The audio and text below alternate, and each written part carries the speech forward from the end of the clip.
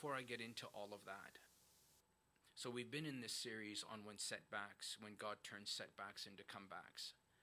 And this is part 7 of this series, and there is no way, I am definitely not going to even touch Joseph's life in one message.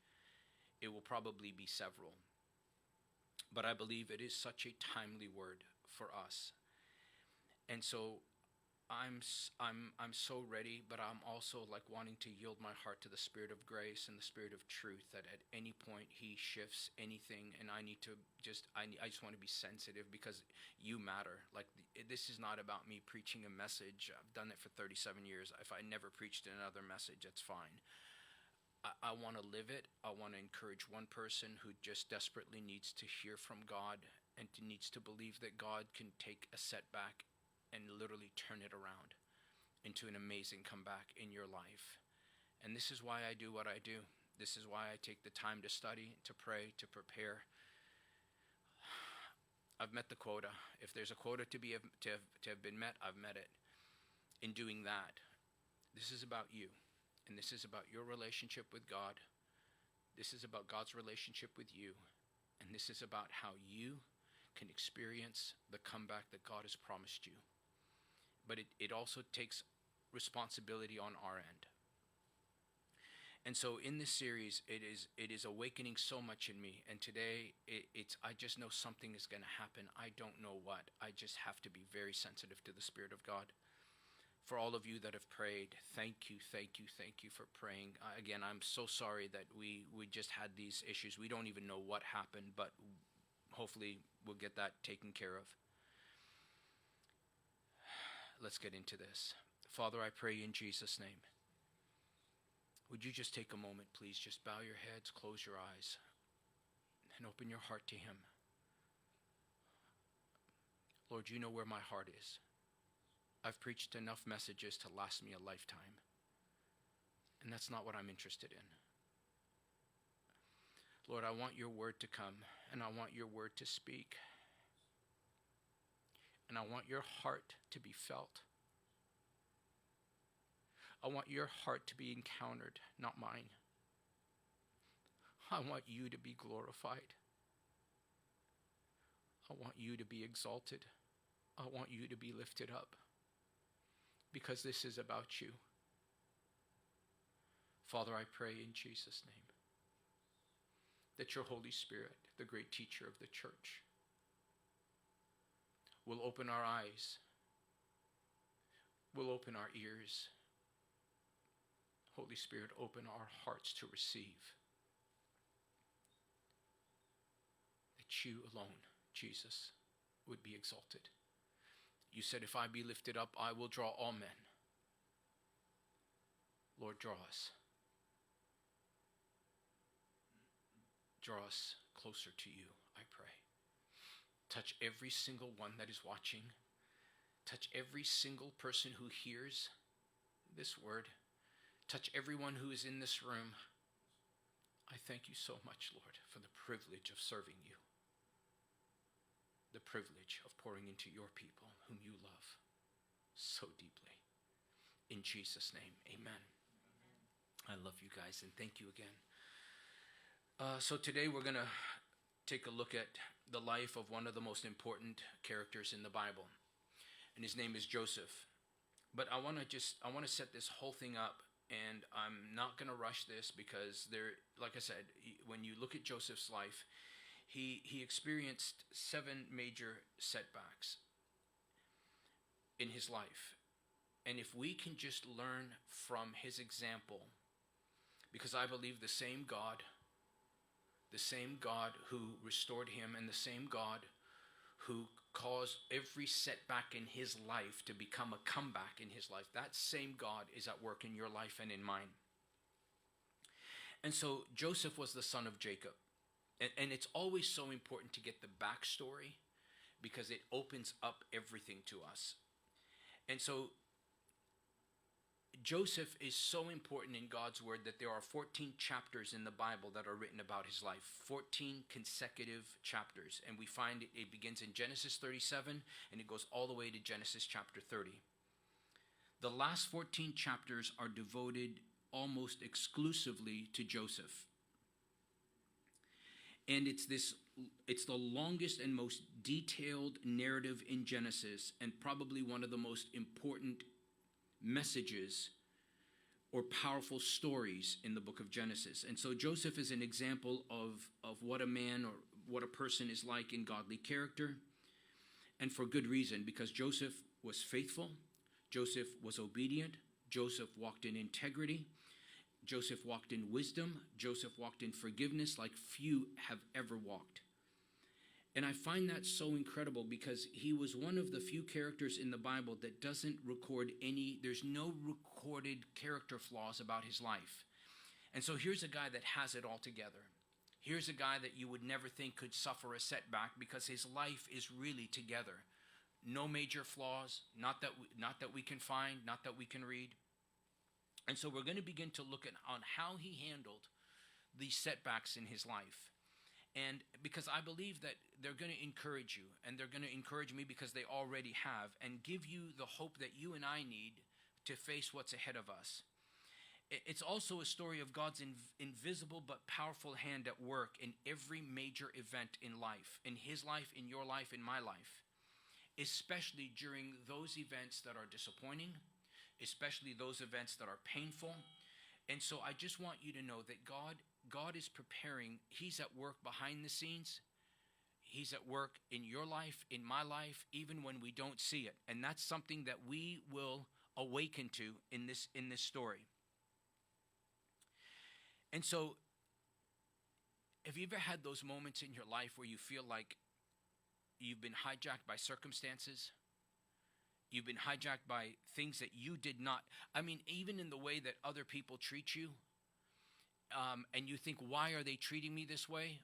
Why am I being marked? Why is this? Why are people sinning against me? What have I done to have to deal with this? It's not even my issue. It's their issue. And why are they bringing their issue on me?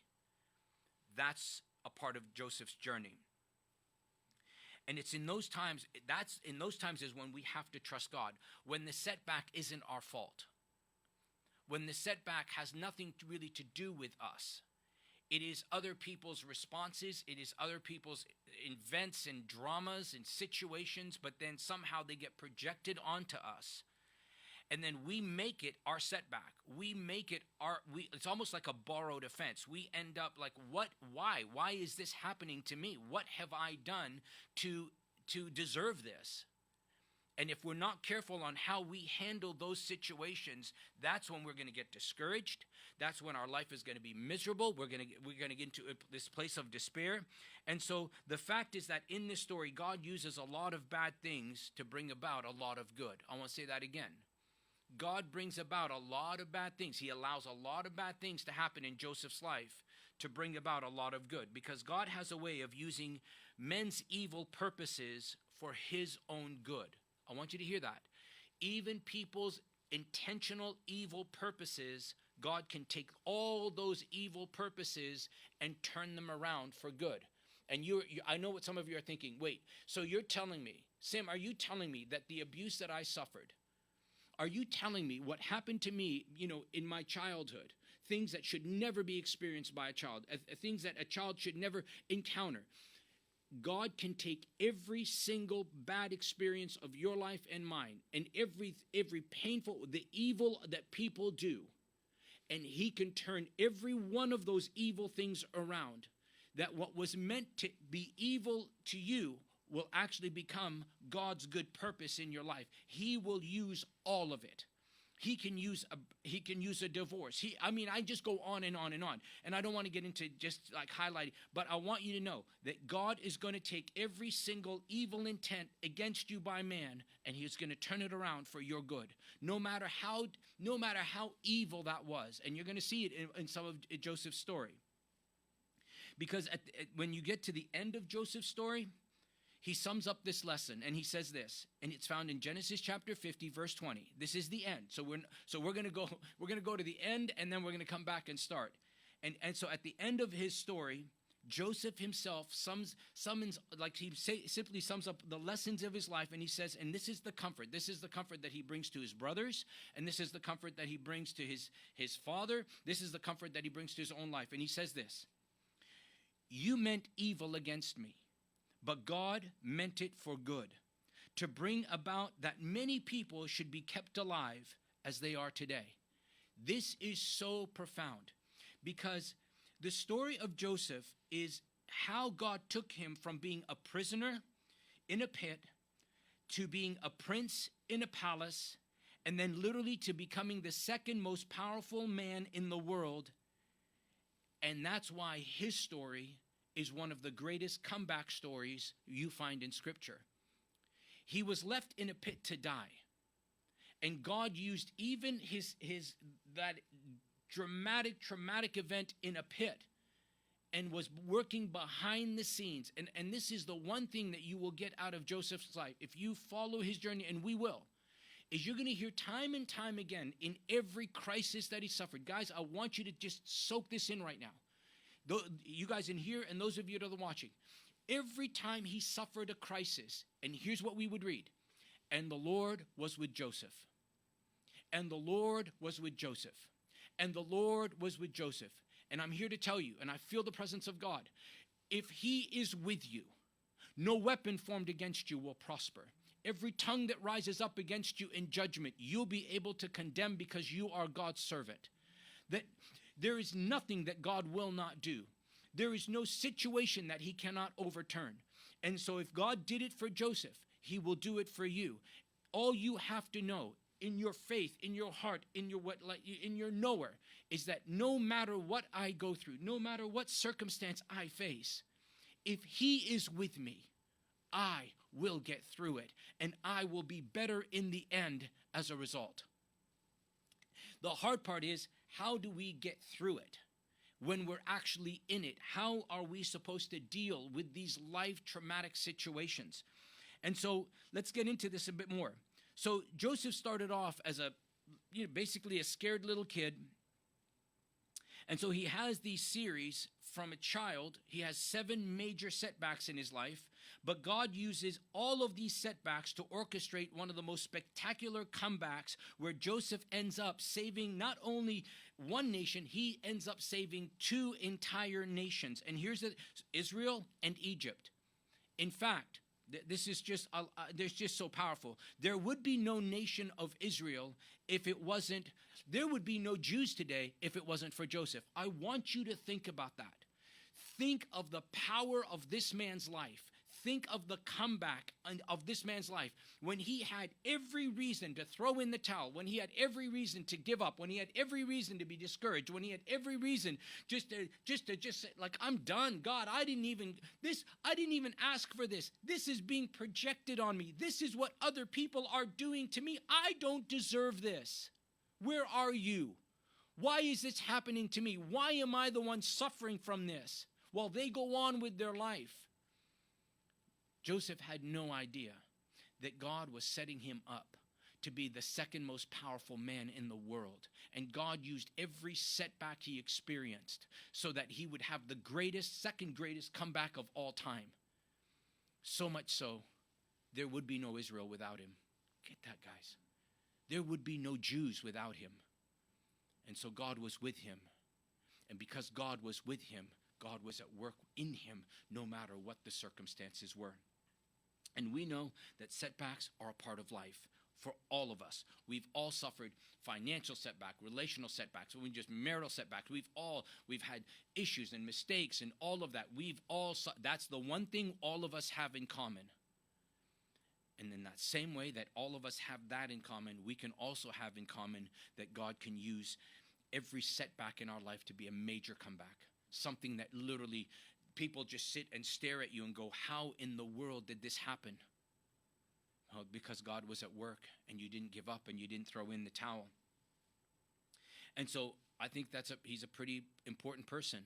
If literally a nation was saved, if a people were saved, if 2 nations were impacted, I think that's a good life to look at. It's a good life to dig into. And so today we're just going to begin to look at, What did other people do to cause Joseph to suffer these setbacks? And so, as I said, these setbacks are a part of life. Here's the thing. One thing that makes a setback so difficult to handle is we can't see that God is at work. So when a crisis hits, the hardest thing for us to see is, where is God's hand in this?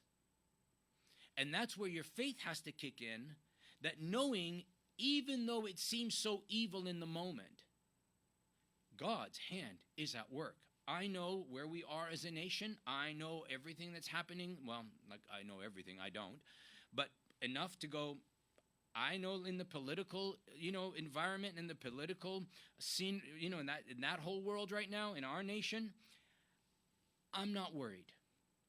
I'm not concerned. Am I praying? Of course. But you know what? God is still the God of this nation.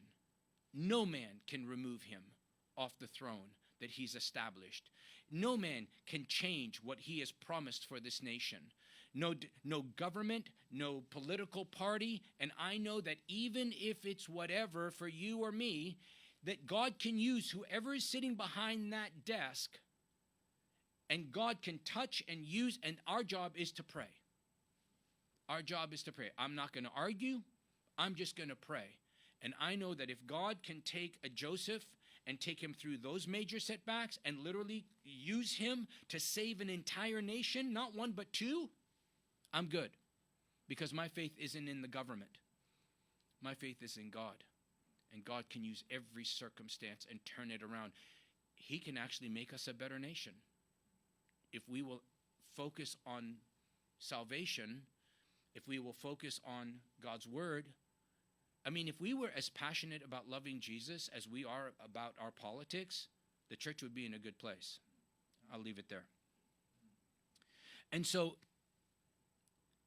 we can't see what God is doing. We don't see the whole picture.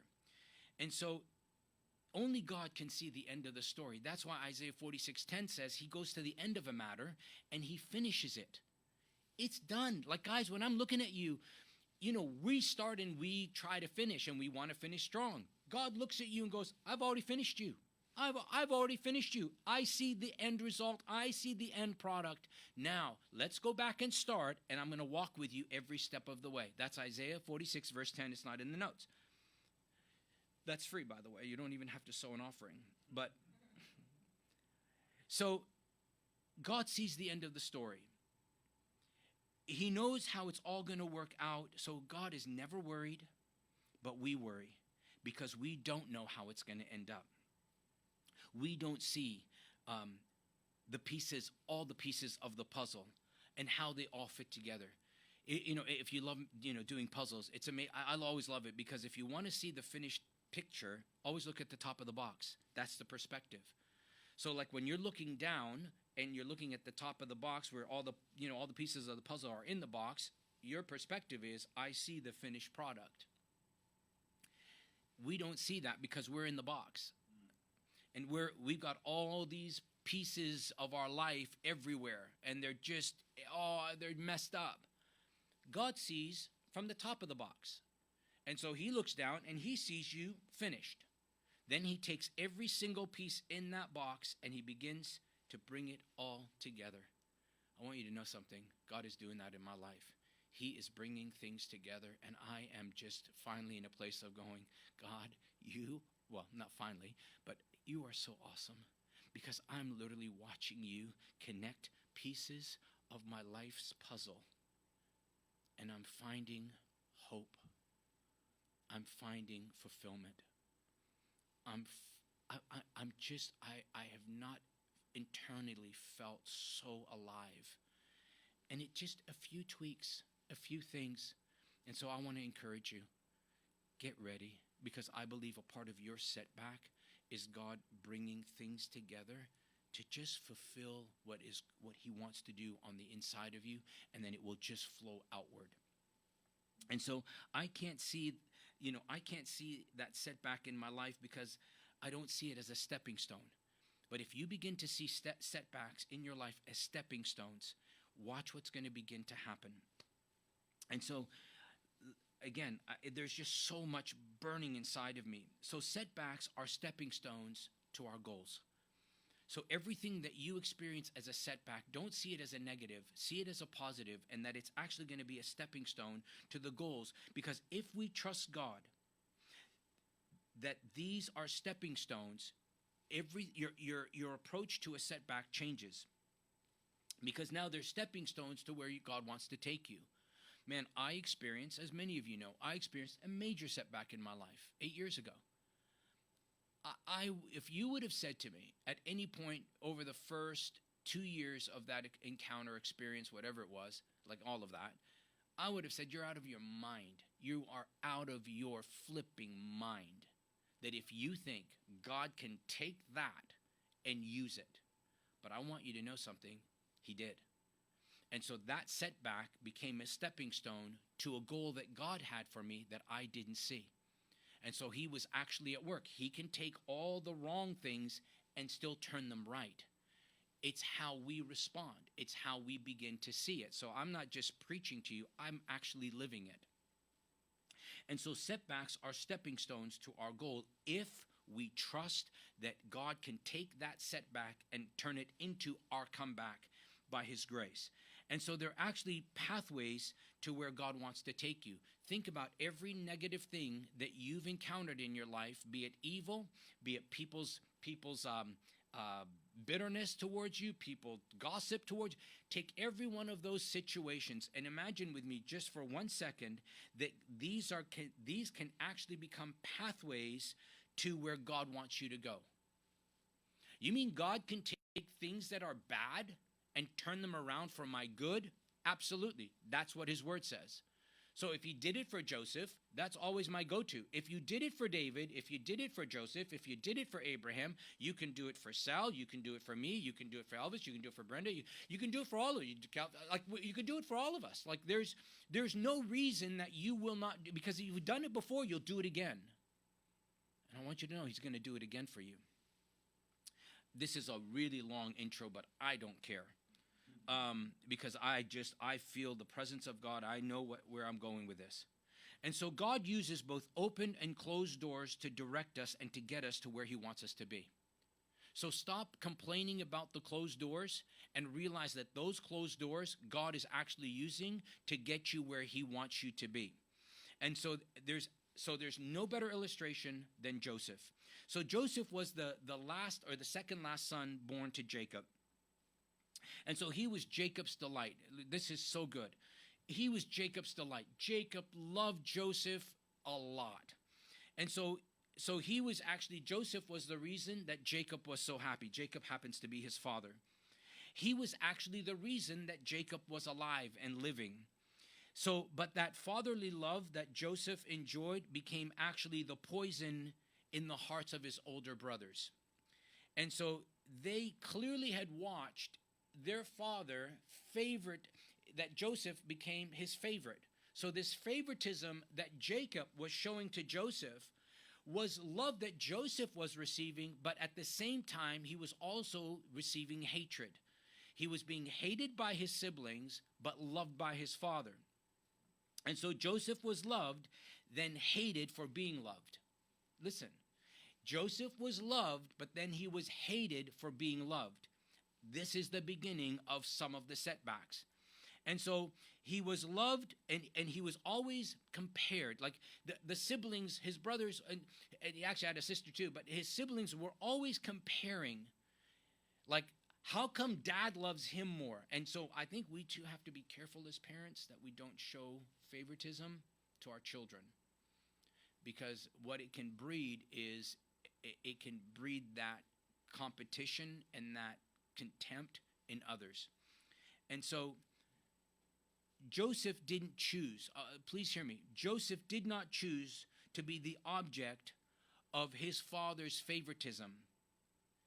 And he did not choose to be the hatred of his siblings. So we have a perfect example of a man, of a kid who is suffering a setback that has nothing to do with him, but yet it has all to do with him. He didn't ask his dad to love him more. He didn't ask his brothers to hate him. So why am I suffering what others are trying to project or do? What is in it? Why is this happening to me? And that's why it is so important that we are careful on how we react to that situation, any situation. And so I'm just approaching it real slow with this because I think it's really, really important, because you'll see in just a few minutes.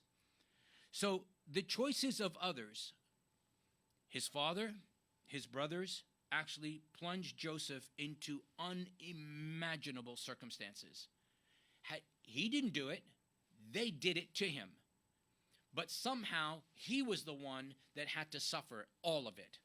And so Joseph's life involves these series of abrupt and confusing setbacks that were way beyond his control. In the same way that you and I have suffered things that were abrupt and confusing, and attacks and setbacks that were beyond our control.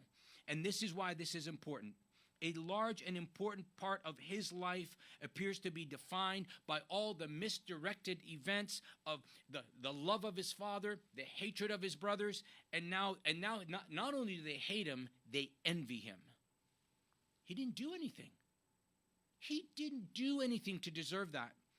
And so Joseph's story is one of setbacks, perseverance, and comebacks. I'm going to say this to you. Your story is one of setbacks and perseverance and comebacks. Because the way Joseph endured and overcame his adversity is actually a great example for you and I to follow his lead, how we battle hardships, in particular when troubles come from wrongful treatment of others. When people treat us wrong, it's not up to us to change them. It is up to us on how we react to that kind of envy or that kind of bitterness. And so this is an invitation. This whole next few weeks is an invitation to journey through one man's story and to learn from his responses. How do we turn this around? How do we take life's painful turns and allow God to use all those painful turns for his glory and for our good? What we're going to read is going to change your life. And those who struggle with discouragement and despair or resentment or unforgiveness or broken relationships, you will especially benefit from this as literally you begin to see God's truth, his truths begin to weave in and out and intertwining and connecting all these things together in your life, just like he did for the life of Joseph. And so Joseph's story teaches us something powerful. It teaches us how to protect our hearts from the poison of bitterness and the poison of despair. And I think right now there is a lot of poison in our nation. I think there's a lot of poison in people's hearts. I believe that there's a lot of bitterness. There's a lot of despair. And I want to see God turn that all around for each and every one of us. Even more, Joseph, his life will actually guide us into relating to God in all of these, what appears to be controlled, like in the way that our lives can be controlled by others. It's actually going to teach us on how God can work through that when others are actually trying to control us, how prayer it may not lead to like immediate change into those circumstances, but we're going to begin to see how God's hand begins to work through all of that. What we're going to read is actually going to be a training manual. This story is a training manual for every single one of us. I don't care how long you've lived, because Joseph was a man with many human reasons to justify his anger and to justify his bitter life. And he was neither angry and nor was he bitter. And yet he experienced some of the worst setbacks that you and I will never, and I pray we never experience. But if we should, I want to tell you about a God who will turn every single one of them around. And so the first setback begins with a dysfunctional family. And because all of us know that suffering is unavoidable, right? We know that suffering is unavoidable. But how we respond to our setbacks is another matter. You and I are going to suffer. We're going to suffer different ways at different times. How we respond to the suffering is what matters. That's so important to grab a hold of right now, because all of us are experiencing some form of suffering. How you respond to it is critical. And so Joseph, the scene begins, scene 1, right? First act, Joseph lives among a dysfunctional family. It all began with Joseph's dysfunctional family. Many painful and difficult stories probably have begun in the same place. Maybe for you, in your life, a bit of all of our lives. Listen, I think all of us suffer some form of a bit of dysfunction. But Joseph came from a large family. He had many brothers, but his father loved him. As I said, his father loved him more than all the others. And so favoritism from his father came with benefits. But they soon turned tragic.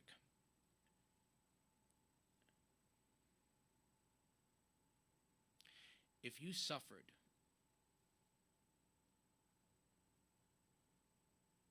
as a child, just have to, because God's speaking to my heart about something.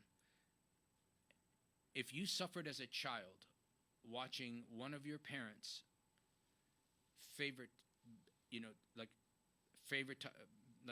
showing one of your siblings favoritism and neglected you,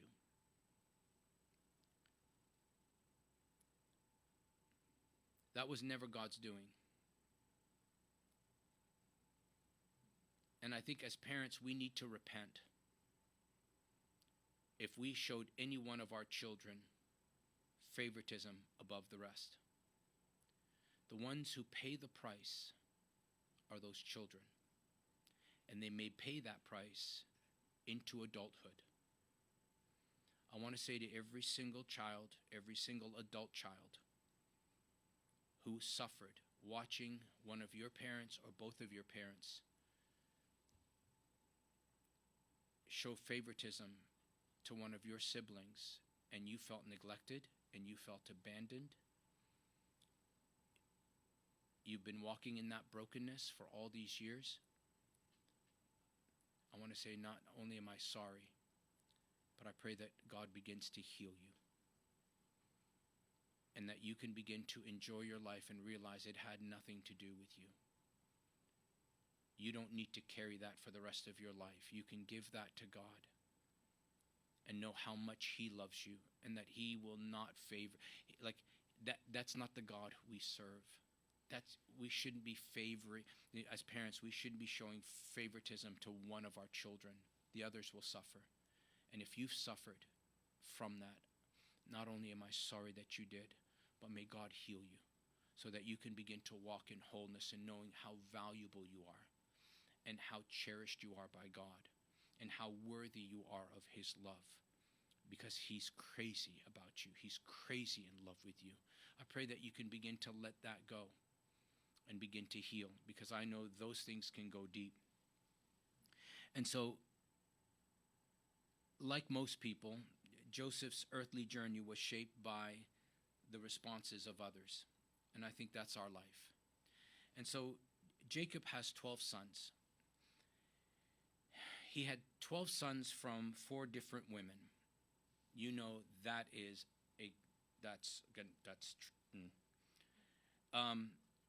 and so Joseph came from a large family. And now we can begin to understand that many painful and difficult stories begin from the same place. He comes from a large family. He had many brothers. His father loved him more. But so he has 4 moms. There's 4 women. So this family is a little mixed up, very complicated relationships. And you can always expect that, I think, from a blended family to some degree, especially if you have 4 moms. So this is a recipe for confusion, and it is a recipe for competition. So Joseph is the second of the youngest of those 12 brothers. Joseph is smart. Joseph is good looking. Joseph is talented. Joseph is a dreamer. He is favored by his parents. And he's even actually pampered by his parents but he's hated by his siblings. And so now we move into this story, and we're going to begin to look at the 7 major setbacks in Joseph's life that actually become stepping stones to his comeback. And so, and I want, my encouragement to you is that as we sort of dive into this over the next maybe couple of weeks, is to identify those markings in your own life, because you may identify with one and maybe not the other, but there's somebody in your life or in your world or in a relationship or friendship with you that may be suffering, and then maybe we can help them in, just understanding that. So number one, let's get into this together. So number one is, here's his first setback. Joseph's first setback was growing up in a home where he was ignored and he was mistreated by his siblings. Genesis chapter 37, verses 3 through 5. It said, Jacob loved Joseph more than any of his other children. And that is not a good thing, ever. Because Joseph had been born to him in his old age. I love getting old. So one day Jacob had a special gift made for Joseph, a beautiful robe. But his brothers hated Joseph because their father loved him more than the rest of them. They couldn't say a kind word to him. So verse 5, one night Joseph had a dream. And when he told his brothers about it, they hated him even more. All right, so some of you may have actually experienced this at home. You've been pushed around, you've been put down, you've been ignored, you've been teased, maybe even hated. You've had a tough time growing up in your childhood. Your childhood wasn't happy. What psychologists call the first 18-year factor, so important. And so maybe one parent liked the others. Maybe one parent didn't like you. Maybe both parents didn't like you. Maybe one parent was an absentee. Maybe one parent was an alcoholic. Maybe you were rejected by your parents. Maybe your siblings sort of not only just envious, but they were angry towards you. Like, there's so much that we go through as kids, and it's important to identify these things. Maybe your brothers or your sisters took advantage of you all the time. Maybe you weren't happy growing up in your home. It wasn't a happy childhood. You've always felt inferior to everybody else, or they made you to feel inferior. Maybe you were the youngest and the runt of the family, so you had to go and do everything, and the older ones would threaten you if you didn't do that kind of stuff. For whatever the reason, your family origin was not a happy place for you. It was not a happy journey. It was filled with a lot of pain, a lot of competition, and a lot of conflict. If that is your story, tune in. Because your childhood and maybe your adulthood has actually been filled with pain, and a lot of competition, and so what started in you as a child is now, it literally is a part of you as an adult. How does that stop? How do we allow God to change that? And so, now here's my question. What if I told you that God wants to use all of that in your life? What if I told you that all that you went through, all those painful things that you went through in your life, He's actually going to use?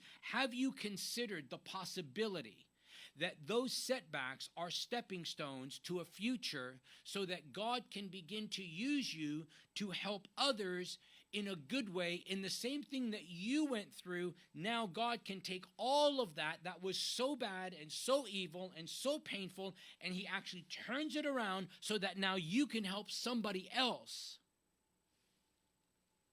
rather than just living in that despair for years and years and years. And I really believe, and I don't talk Christianese too well anymore, but I really believe that if we will heed to His word, there will be curses and generational curses broken off of us without anything weird happening. No spinning heads or vomiting, and all that. But literally just the power of his grace, undoing all those painful, traumatic experiences. We just have to learn how to react right. We just have to learn to say, God, can you take this painful, traumatic situation and turn it around for something good? What was intended as evil from others, you can turn it around for my good and for your glory. Can you actually do that? I want you to. Because here's the thing with God, and I love this about him. God never wastes a hurt. Hear that? God never wastes a hurt. And so this was the first comeback. He grew up in a family where nobody liked him except his dad. And his dad liked him so much that he shows him this partial favoritism. And guess who pays the price? Joseph did. And so God sets up his good plan, listen, by making a bad situation sometimes worse. And that's exactly what he did between Joseph and his brothers. Because when you read through this story, you watch what happens to his brothers. It is so powerful. I love it. And so Joseph became the object of his sibling envy. All of his brothers, they hated him because they watched his father put a robe around him, and this beautiful, just like these dazzling stones, and they're watching God, like they're just watching their father like love on this youngest son. And in all of that love and favoritism, they turn on him. They literally want him dead. Hopefully none of us have experienced that. So in Genesis 37, verse 11, watch this. It says, but while his brothers were jealous of Joseph, his father, he wondered. So Joseph has these two dreams, and we'll get into this later, but he has these two dreams. And as a result of the two dreams, on top of the fact that his father gave him this coat, now they're envious and they hate him already because of just the favoritism. But then now he shares these two dreams, and now they're even angrier. Like, who are you to tell us that we're going to bow at your feet? Have you lost your mind? Like, we already hate you, and now we really, really, really hate you because you're the runt. You're the one that you don't deserve any of this. On top of the fact, you're the runt of the family. And watch God turn it around. And the way that God turned it around for him, he's going to turn it around for you. And this, by the way, all of this was happening in Joseph's life by the time he was 17. So we're talking about a young kid. And it says this in verse 4 of Genesis 37. His brothers hated Joseph because their father loved him more than the rest of them. They couldn't say a kind word about him. So as an object of two opposing responses, human responses, parental favoritism, and sibling hatred at the same time. Think about that.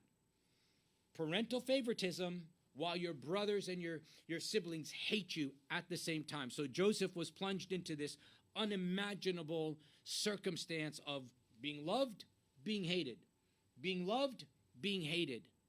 I didn't ask for either. And so why is this happening to me? What have I done?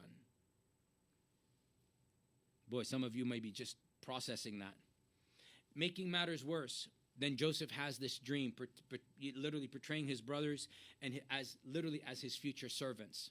Well, if you follow that story, you're going to see that those dreams were actually by divine revelation because they come to pass. We see this in verse 8. In Genesis 37, it says, they asked him, did you intend to reign over us? Like, we already hate you, Joseph, but did you intend to reign over us? Will you actually rule us? They hated him all the more because of his dream when he had said that. When he had told them that, they now hate him even more. All right. So have you ever been in a place in your life, guys, for you in this room, where we often pray and we ask God to make things better right away? Like, God, can you change this right now? Or we pray and say, Lord, please resolve this conflict now. Lord, please get me that right job right now. Lord, please just take away the pressure of this situation right now. And we pray those things, and it's not wrong, by the way, to pray those things, but sometimes you realize that God doesn't always answer your prayers in the way that you expected. And here's why. Because he wants us to trust him in those painful moments. He wants us to trust him in that waiting. He wants us to trust him in that delay. He wants us to trust him when things aren't turning around, when they're not happening. Because if we can learn to trust him through all of that, something powerful happens, so much more powerful than you ever imagined. So it isn't wrong to pray that, but if it doesn't happen, then what? How do you react? Do we throw in the towel? Do we lose our faith? Do we get miserable and depressed? Or do we just continue to pray knowing that even if it gets worse, it's only going to get worse to get much better? I just have to continue to stand in faith and trust God that even though it's bad and it may be getting worse, something even better and more powerful is coming. Man, I want you to get a hold of that. I so want you to get a hold of that. I know it's bad. I deal with it. You deal with it. But I want you just to get a hold of that right now. So if it's bad and if it gets worse, God, I'm holding on to you because I believe even if it gets worse, it is only getting worse because it's actually going to be that much better. So I'm going to believe you. You guys just receive that?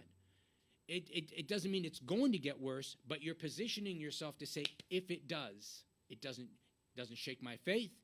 It doesn't shake my trust. And so now watch what happens. The Lord, because here's the thing, the Lord wants us to trust him to unfold his good plan in a bad situation.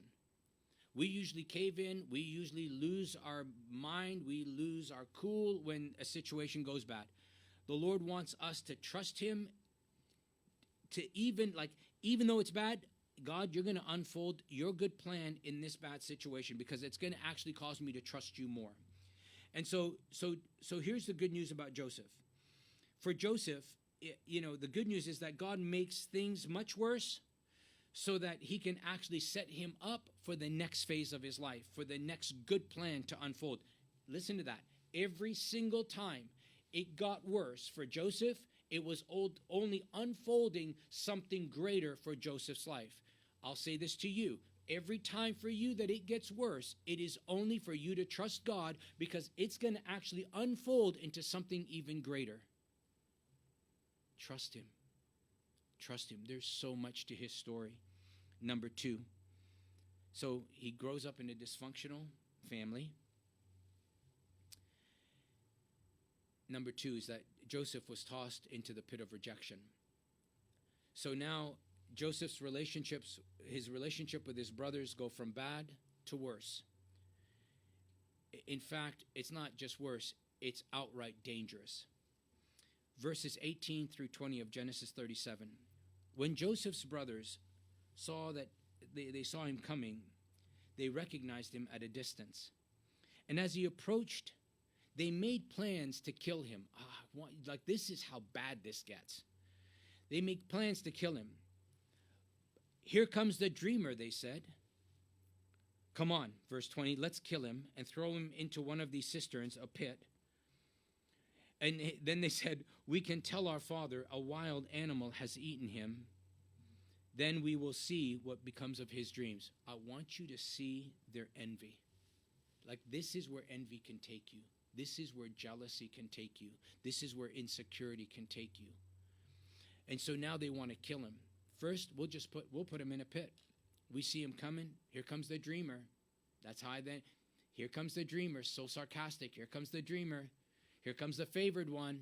Oh yeah, let's take him out. Let's put him in a pit. We'll tell Dad a wild animal ate him up. That's pretty brutal. I don't think any of us are going to go through that. So they're going to kill their younger brother because they can't stand him. Look at verse 21.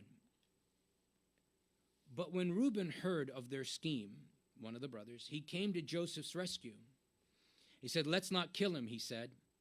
Why should we shed any blood?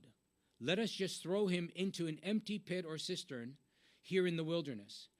Then he will die without our laying a hand on him.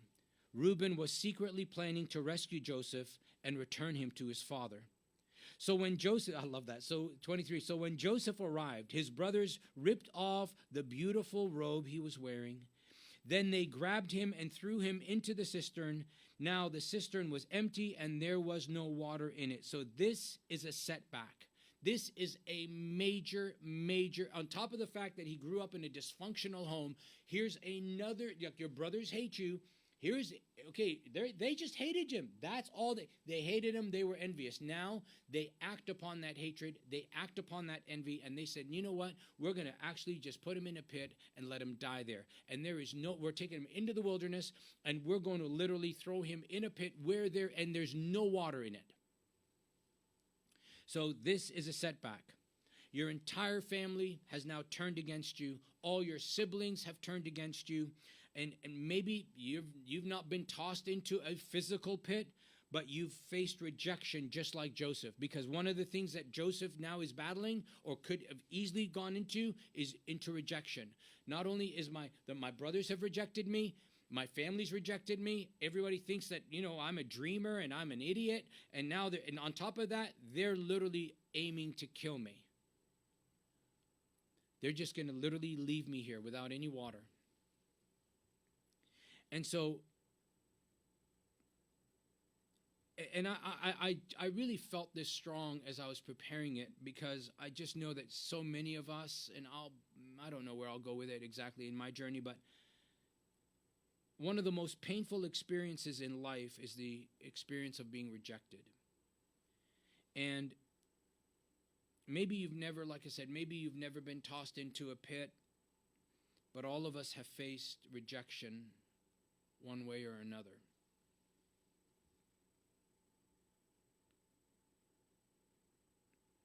And this is pretty radical for Joseph as it is for you and I. They didn't want to kill him, but they wanted to leave him in a pit without water so he would die a slow death in the desert. I want you to see their hatred and their jealousy.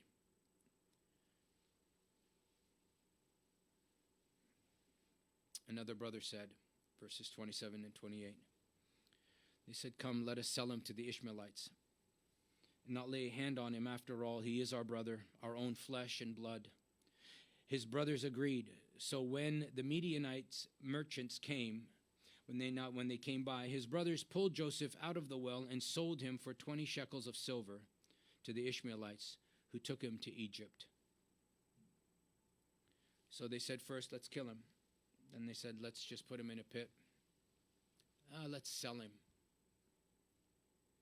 And they sold him to Ishmaelites, who then took him to Egypt. I want you to see God's hand at work, even in the midst of the pain. This act of hatred, I don't know who this is for,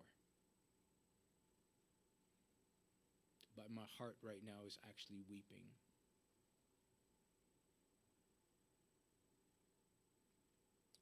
The acts of hatred projected on you were by people who are envious of you.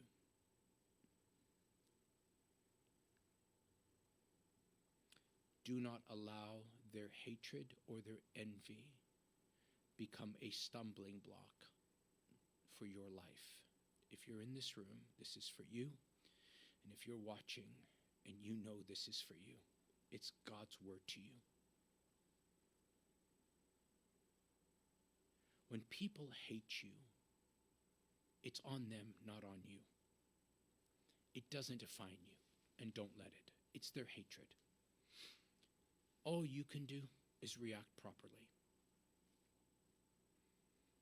So this act of hatred on Joseph and on you is inspired by envy. They're envious. They're envious of your talent. They may be envious of your looks. They may be envious of your career. They may be envious of how you carry yourself or the call of God on your life. And the only way they can deal with it is to hate you. But you've got to continue. And you can't let their envy stop you. Because God has great plans for you. And it will be just like the enemy to throw in that rejection to try to make you stop believing him, trusting him.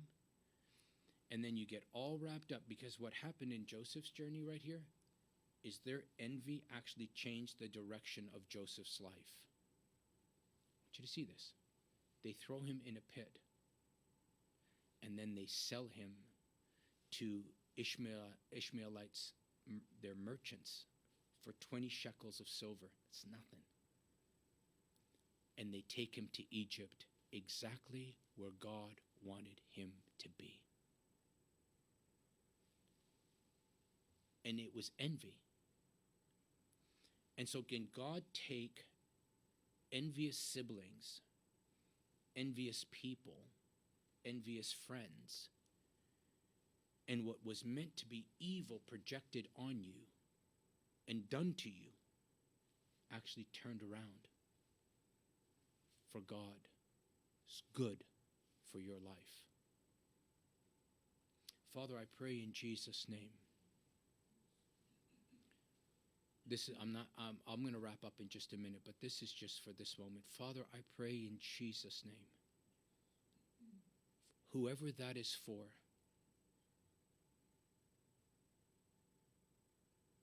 Father, whoever this word is for, it will resonate inside of them right now and begin to bring healing to their hearts and their souls. And from the trauma that they have suffered as a result of this envy,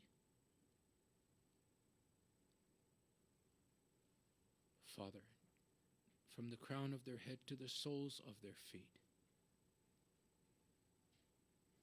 wash them with your precious blood, removing all the guilt, healing all the pain, healing the wound,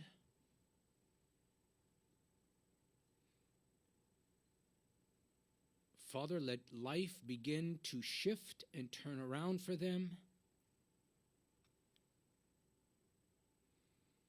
That what the enemy meant for harm, you will turn around for good. Where others were envious, you will send people into their life to love them with your love, to heal them with your grace, your mercy. Father, I pray in Jesus' name,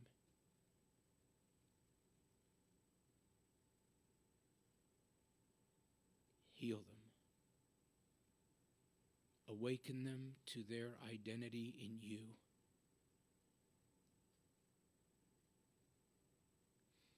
That does not define them. The hatred of others does not define them. The jealousy of others does not define them. But your promises, your plans, your purpose, your word, the cross, the resurrection defines who they are. Heal them deep, deep. God, I ask you to go so deep.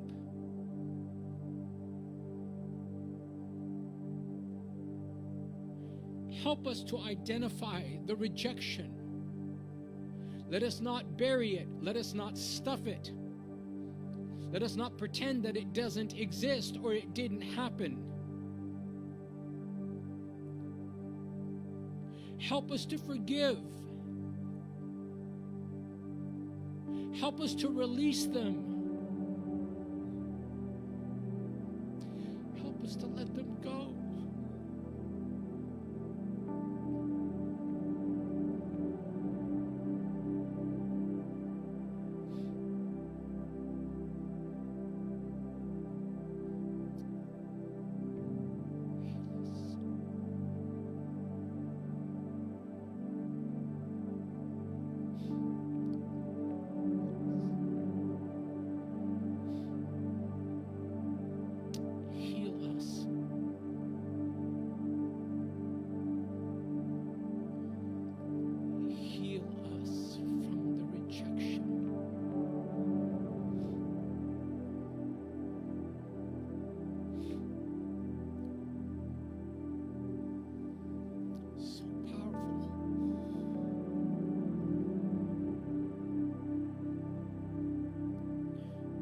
Don't allow the bad learned behavior of others to become yours.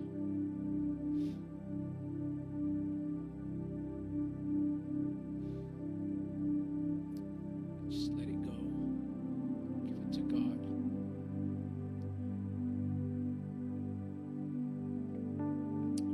In the same way that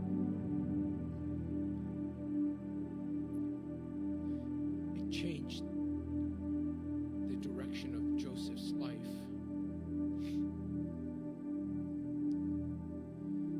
It actually lasted 15 years for Joseph until he saw his father again. So it may not happen overnight.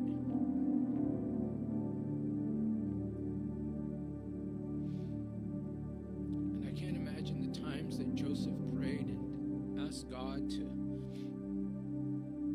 restore his family. I often wonder, why did it take so long? Why did it take so long for Joseph's? How long did those prayers go unanswered? How many years did Joseph pray, waiting for God to do something? And that's the hard part, because we want it to happen tomorrow. Today.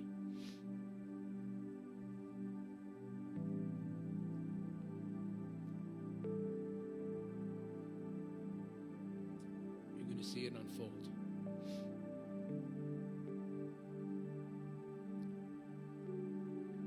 And I'm sure, like me, many of us and many of you have suffered some form of rejection from somebody that was supposed to love you,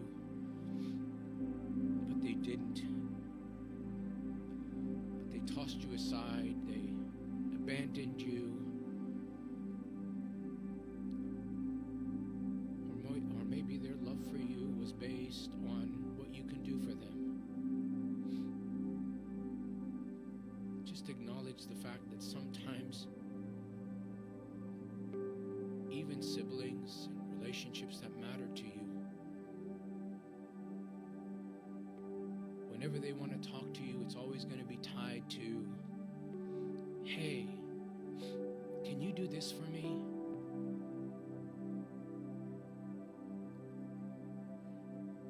Like their love is connected to what you can do for them at the moment. Don't own that as a part of who you are. Just understand that's just who they are. And that way then you can position yourself and say, I know every time they call, I don't have to invest anymore emotionally. I don't have to wonder why. I just know that this is just the way they are. And they can call and tell me they love me. But then it's always going to be connected to, hey, can you do this for me? Don't let that become your identity. Don't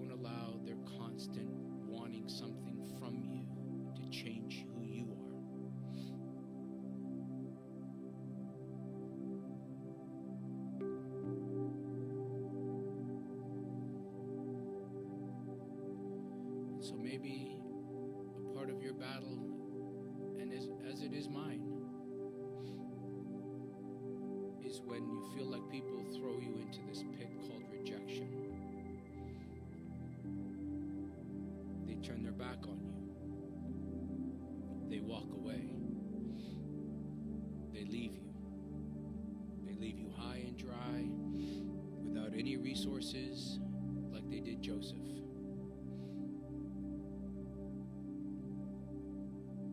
With no way out, with no way to fend for yourself. I close this service with this.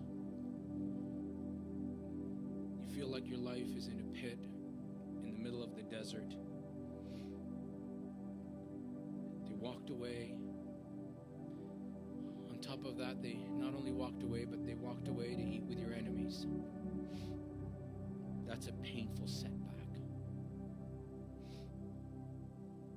And if you have had that kind of rejection in your life,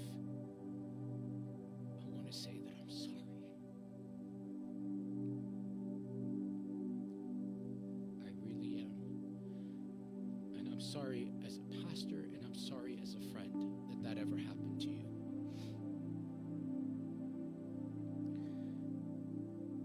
And because I know this,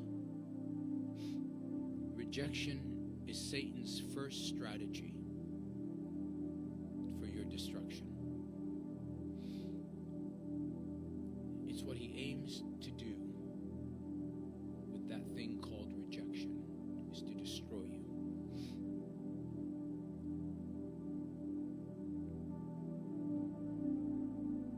Joseph was 17. Somewhere between like 17 and 24 is when he should have been living his best life. But he suffered one traumatic event after another. Do not allow the rejection of others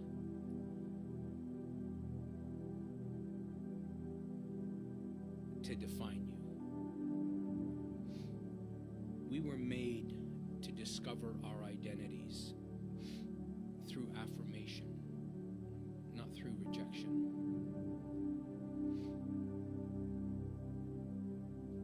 The sad part is many of us weren't affirmed, but made to feel so rejected. And the truth is, unless we are healed from the lack of affirmation in our life, we will never be able to fulfill the destiny that God has for us. And so God brings people into your life. God brings voices into your life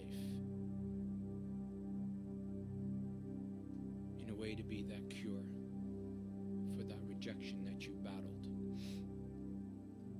But the truth is, people can't heal you. Only God can heal you of that rejection.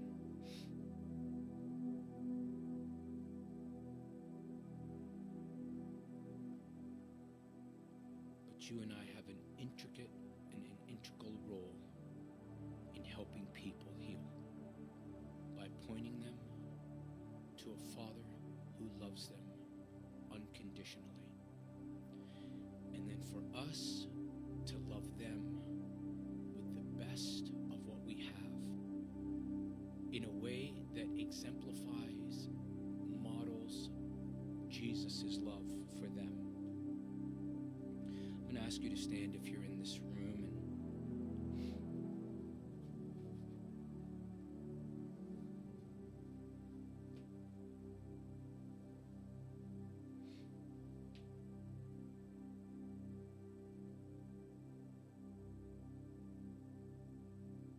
He wants to heal you of that rejection that you have suffered. John 4:10 says this. This is real love. Not that we loved God, but that God loved us by sending his Son as a sacrifice to take away our sins. This is love. Not you performing, but by you receiving his love for you. He's the only one that can heal you of that rejection. And it's just as simple as this. This is love. Not that I loved him. No. Real love is not that we love God. No. It's that he loved us by sending his Son as a sacrifice to take away our sins. So, Father, help us to receive that love that can heal us of years and years of rejection.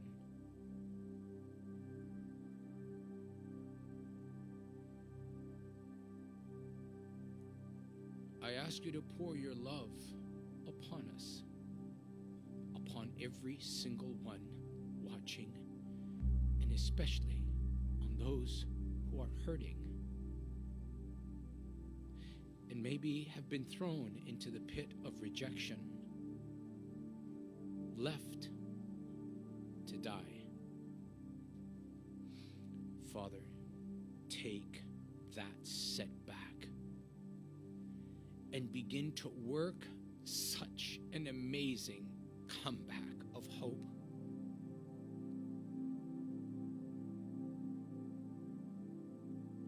Strip it away from our identity.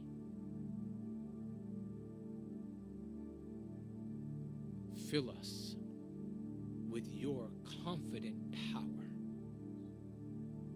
that you who began this good work in me, you are faithful to complete it. And for those who have rejected us, we don't curse them. We release them. You told us to even bless our enemies. And as hard as this is, and it may be for some who have suffered so much rejection that it's carried into their adulthood, Lord, help them to release those who rejected them. And I ask you to bless those who we release, that we will never bow down to that level ever again. Because once we have been accepted in you, we've received the greatest of all expectance. Jesus, thank you for healing us. Thank you for turning these setbacks into comebacks that will change not only our lives, but the lives of those that you want to touch through us. And for every loss that we have suffered, I declare gain. For every place we've been broken, I claim healing and wholeness.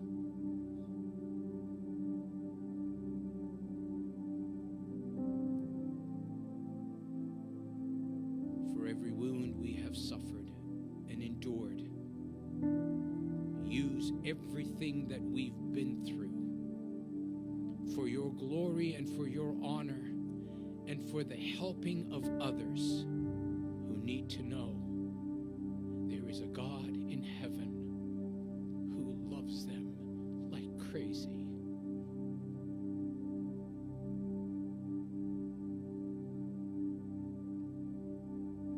Please don't hold on to that rejection any longer. Please